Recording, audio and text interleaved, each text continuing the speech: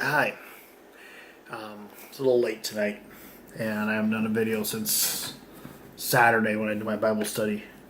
But we had our deacons meeting tonight, and it's always amazing when you hear about all the work the other deacons are doing, the things that are coming up, the things they're working on, and the people that they've helped. One of the things that we have, it's an ongoing thing. It's probably our biggest ministry is a benevolence line,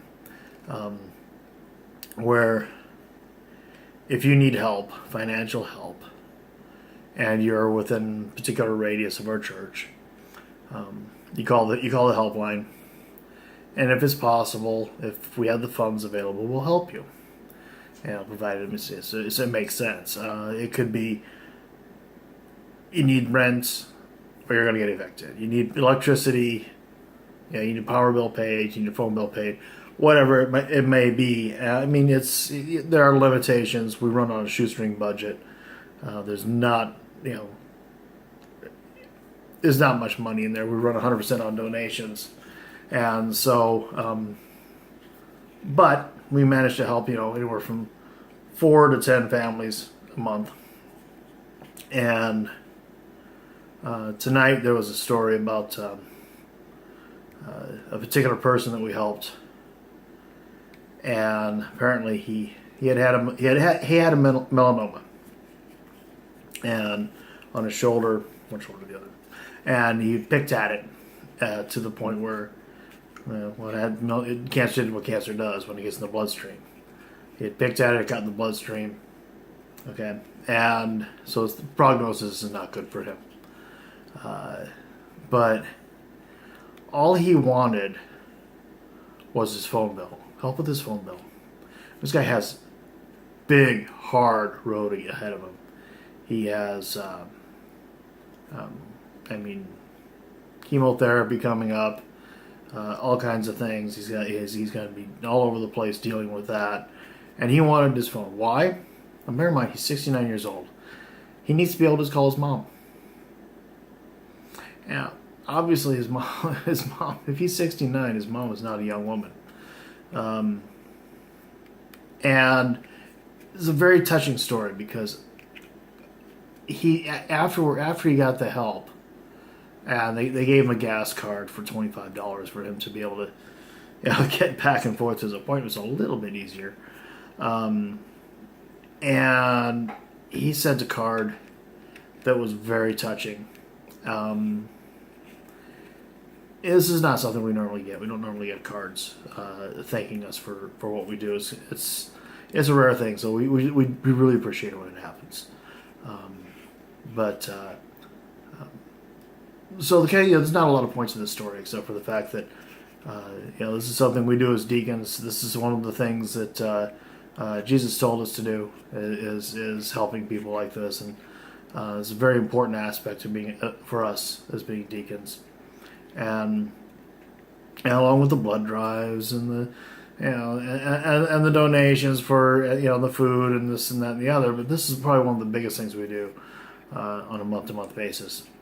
And we rarely get thank you cards, but this particular card was very heartwarming, and it's one that reminds us why, on top of working 40 hours a week and all of our responsibilities, that we all have families, we all have jobs, and then we also put in even more time as deacons and other leaders of the church do as well. I mean, elders work incredibly hard, and I guess my point is that I just kind of want to touch on, if you have an opportunity to serve in your church like this, whether it's in some small capacity of maybe teaching a class, maybe just helping out with the kids, I encourage you to do it. You will be rewarded in your heart. There's no financial reward for most of this stuff.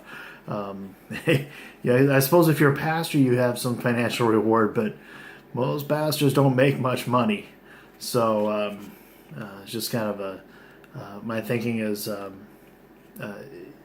it sounds like it's work, and it is, but it's so rewarding to to know that you've done Christ's work.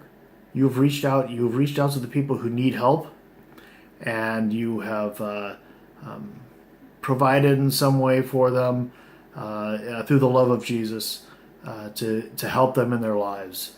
And you've touched them; they've touched you. We don't have a condition of you must be a Christian for us to help you. I think that's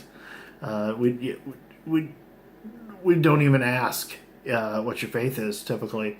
A lot of people will put on a lot of Christian airs when we're talking to them, and it's like, it's okay. It's okay. We know you probably haven't been inside of a church for years, so but that's okay, because Jesus didn't put conditions on who he helped. He didn't. He helped the woman at the well. He helped the blind man see, who was a beggar, and who, he accepted the tax man, and all of these things he did. He was not. He waded into the depths of humanity in a way that nobody else in any other faith can claim. And this is something that's very important to me as a Christian. Jesus was there. He was in the midst of it. He was in the thick of it. And I know that when my two fellow deacons went and saw that man, and it wasn't that much money. It was a phone bill, and for $100 and a $25 gift card, and it gave this man faith in humanity, that there are still people out there that do these things. If you have an opportunity to serve in your church, I encourage you to do it. We need more people to serve in the church. A church is a volunteer-driven group. Yes, there is staff. Yes, there is paid staff, but they can't keep up. There's nowhere near enough to do everything that the church needs to do. And serving as a deacon, as an elder, it's an elected position. I mean, really, elected?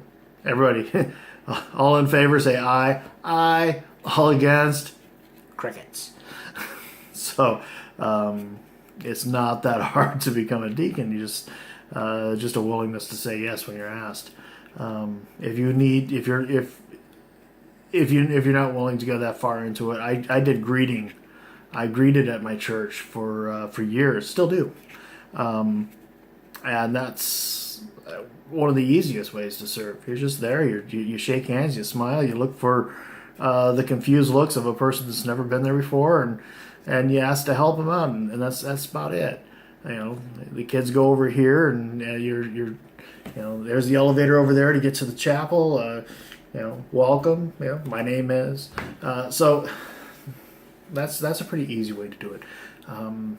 And little things aren't getting done in my church that I'm not sure how to address them completely. We need some help in some areas that I didn't know we needed help in. I kind of found out tonight, and so I want to encourage you. If you're watching my channel on a regular basis, you're probably a Christian, probably attending church. Odds are. Get involved in your church. Get involved in the system that's the vehicle of Christ's work on earth. That really drives it. Do the things that God wants us to do as a church.